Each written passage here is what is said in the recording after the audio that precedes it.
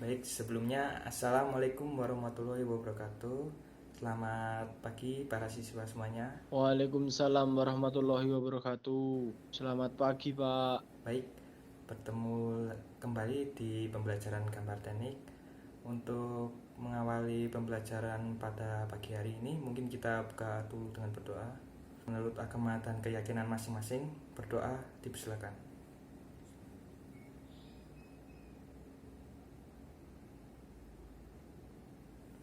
Amin. Baik, kembali lagi di pertemuan gambar teknik di semester ganjil ini. Untuk mengawali pembelajaran pada pagi hari ini, mungkin kita presensi dulu nggih. Mungkin hari ini ada yang tidak hadir. Nihil, Pak. Baik, berarti hadir semua nggih. Oke. Baik, untuk pagi hari ini kita akan belajar mengenai proyeksi Amerika. Mungkin pada pertemuan minggu lalu kita sudah belajar mengenai proyeksi piktorial. Mungkin dari salah satu para siswa ada yang masih ingat kemarin kita belajar mengenai proyeksi piktorial itu terdiri dari apa saja? Ada yang tahu? Bisa angkat tangan. Saya Pak, Baik, Mas Habib, silahkan dijawab. isometri, dimetri, miring. Oke, terima kasih Mas Habib. Jawabannya bagus sekali. Nih, jadi proyeksi piktorial itu terdiri dari proyeksi yang pertama itu proyeksi isometri, yang kedua itu dimetri, yang ketiga itu miring. Untuk masing-masing untuk sumbu dan sudunya itu untuk proyeksi isometri itu adalah 30 derajat. Sedangkan untuk proyeksi dimetri itu sekitar antara 7 sampai 40 derajat, dan sedangkan untuk proyeksi miring itu ada 0 sampai 45 derajat. Oke, kita lanjut ke materi ini. Nah, sebelum kita lanjut ke materi inti, mungkin kita harus tahu dulu nih tujuan dari pembelajaran kali ini. Yang pertama itu siswa memahami gambar proyeksi Amerika. Yang selanjutnya siswa memahami jenis dan fungsi dari proyeksi Amerika. Dan yang terakhir adalah siswa dapat menggambarkan proyeksi Amerika. Mungkin untuk lebih mendalami materi lagi kita lanjut ke materi selanjutnya. Sebelum kita lanjut ke materi inti, mungkin kita harus mengetahui konsep dasar sendiri dari proyeksi. Yang bisa kita lihat di PPT, di sini ada proyeksi ortogonal. Apa itu proyeksi ortogonal? Proyeksi ortogonal adalah proyeksi dua dimensi yang digunakan sebagai gambar kerja atau gambar desain, karena proyeksi ini didapatkan dengan cara memproyeksikan setiap sisi benda atau objek gambar dari arah tegak lurus di bidang yang diproyeksikan, sehingga menghasilkan bentuk dan ukuran yang sama persis dengan aslinya. Mungkin untuk lebih lanjutnya kita lanjut ke slide selanjutnya. Nah, kita bisa lihat di sini adalah ada visualisasi atau penggambaran dari proyeksi ortogonal sendiri, yaitu di mana bidang-bidang utama ini membagi seluruh ruang dalam 4 kuadran. Yang kita bisa lihat di PPT, bisa kita lihat di sini adalah first quadrant, selanjutnya ada second quadrant, yang selanjutnya ada third quadrant, dan terakhir ada fourth quadrant.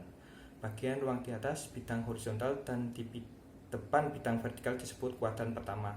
Sedangkan bagian ruang di atas bidang horizontal dan di belakang bidang vertikal disebut kuadran kedua. Kuadran ketiga adalah bagian ruang yang terletak di bawah bidang horizontal dan di depan bidang vertikal. Dan untuk kuadran keempat adalah bagian ruang yang terletak di bawah bidang horizontal dan di belakang bidang vertikal. Mungkin dari topik proyeksi ortogonal ada yang ingin ditanyakan? Cukup Pak. Oke, kita lanjutkan.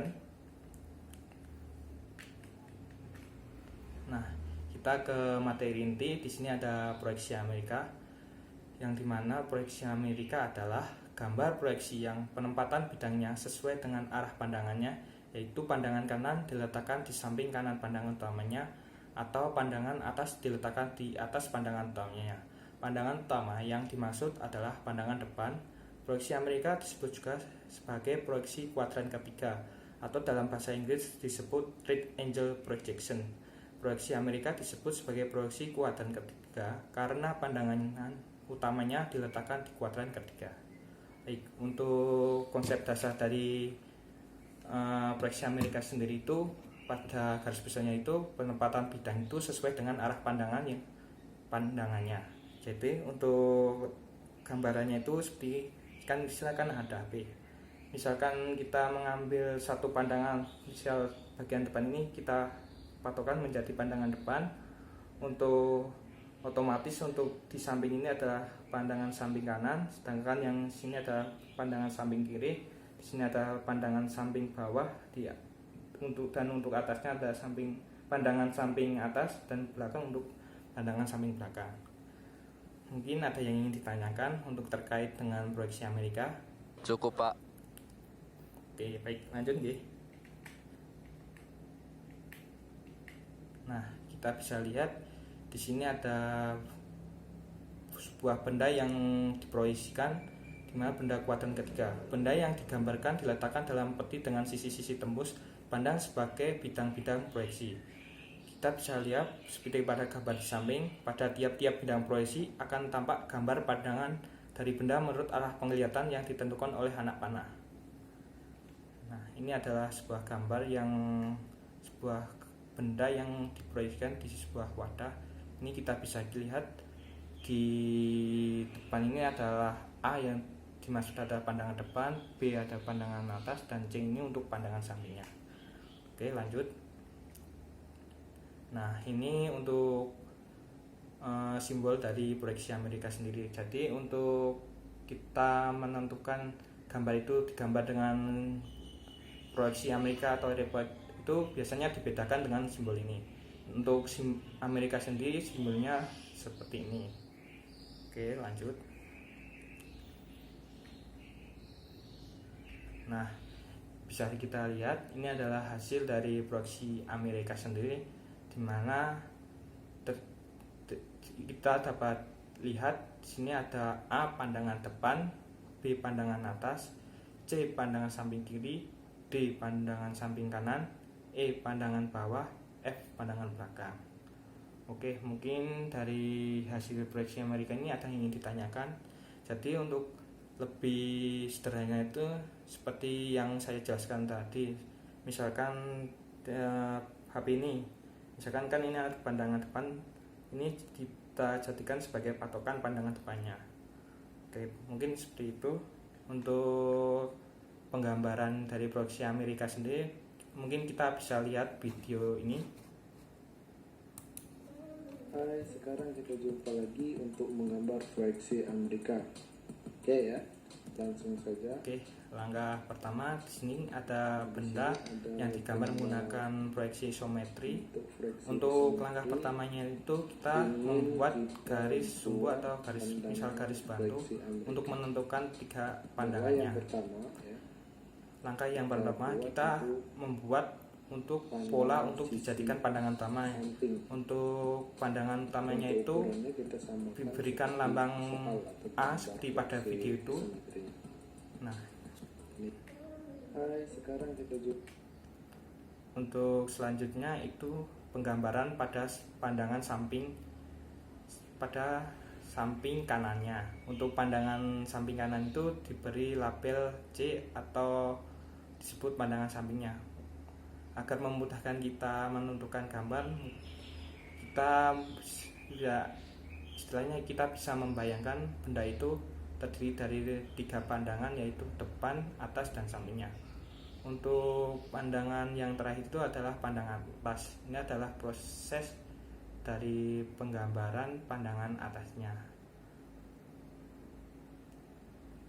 Oke, mungkin kita persingkat aja videonya, soalnya waktu kita cuma sedikit. Nah, ini adalah hasil akhir dari gambar yang dibuat tadi, yaitu terdiri dari pandangan depan, pandangan samping, pandangan atas. Mungkin ada yang ingin ditanyakan. Saya Pak izin bertanya, keuntungan dari penggunaan proyeksi Amerika itu apa ya Pak? Oke, baik. Terima kasih Mas Laksa, pertanyaannya bagus sekali. Baik. Baik, jadi untuk keuntungan proyeksi Amerika sendiri kan sudah dijelaskan tadi. Untuk gambar yang diproyeksikannya itu searah dengan arah pandangannya. Jadi untuk keuntungan dari gambar proyeksi Amerika itu benda yang diproyeksikannya itu sama dengan arahnya. Jadi untuk misalkan ini HP. Nah, untuk gambar yang diproyeksikan itu sama seperti. Jadi untuk misalkan ini kan pandangan untuk dijadikan patokan untuk pandangan depan. Otomatis ini adalah pandangan depan, ini adalah samping, ini adalah pandangan bawah, dan sedangkan yang ini adalah pandangan untuk belakang. Mungkin itu saja yang bisa saya jawab. Mungkin bisa diterima. Baik Pak, cukup Pak.